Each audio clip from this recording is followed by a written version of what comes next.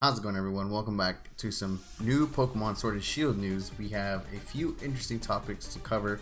First off, Pokemon Sword and Shield have mechanics to let you use your favorite Pokemon competitively. What does this mean? Traditionally, in the series, you start with your starter Pokemon and then you catch a lot of Pokemon in the beginning, and those are with you throughout your whole adventure, and the player gets attached to them. But a lot of times they get into competitive battles and they find they can't actually use those Pokemon, or they're not competitive. So they have to go out and find the exact right Pokemon or breed them in a certain way to make sure they are viable in a competitive battle. Director Iowa says, this time around we really wanted to introduce some systems that will help the player be able to take those Pokemon they caught in the beginning and the first one they chose and actually take them straight into competitive battle. There's a lot of hidden parameters to Pokemon that aren't surfaced to the player. We're doing a lot of stuff in the back and introducing systems that allow players to make sure that Pokemon they want to use in competitive battles are viable. So right off the bat, this already sounds like it's gonna be something similar to Let's Go, where, say for example, it always sucks like when you start a Pokemon game and you just have to constantly soft reset for the right nature for the Pokemon that you chose, your starter. This is actually very amazing. I am extremely excited about this mechanic, just to make things a little bit easier and a better understanding for, I guess, the newer players or players that are not too familiar with breeding, soft resetting, what nature is perfect, and I mean they're probably still have to learn, what nature is best for the Pokemon, but this is a neat mechanic. I love this. This is great. Let's see what else we got. While it's no longer necessary to do so, Iowa says players can still put the effort into breeding to come up with the perfect specimen for competitive play.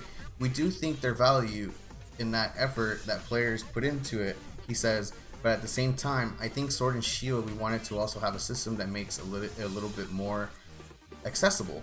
For example, if you are bringing a Pokemon over from a previous game into these games, being able to use a specific Pokemon that has sentimental value to you and the battle system competitively is something we wanted to try this time.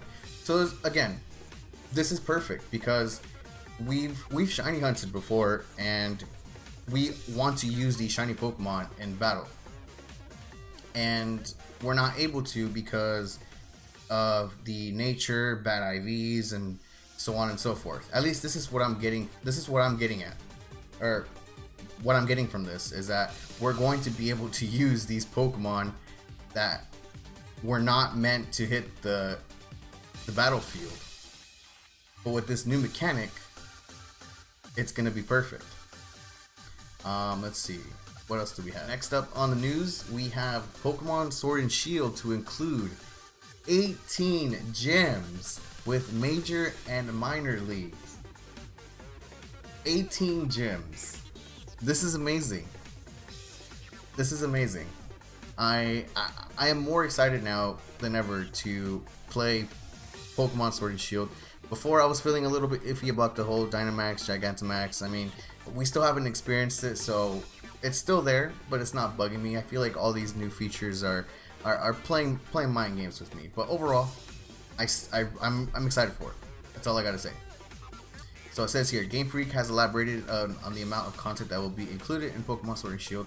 Fans can expect 18 gyms, which are split into major and minor leagues.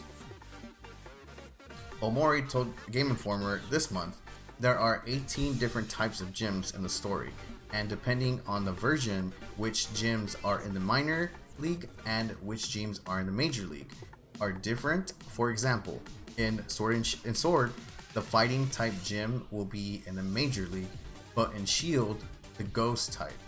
The idea is that every year the Galar region is playing and which gyms make it into the minor league versus the major league changes. So what I'm getting from this is that we're gonna get 18 different type gyms. Some are gonna be exclusive to Sword and some are gonna be exclusive to Shield. So for Sword, we're gonna be getting fighting, and Shield, we're gonna be getting Ghost. That is all the news we have to cover for today. Thank you guys for watching. I'll see you guys on the next one. Peace out.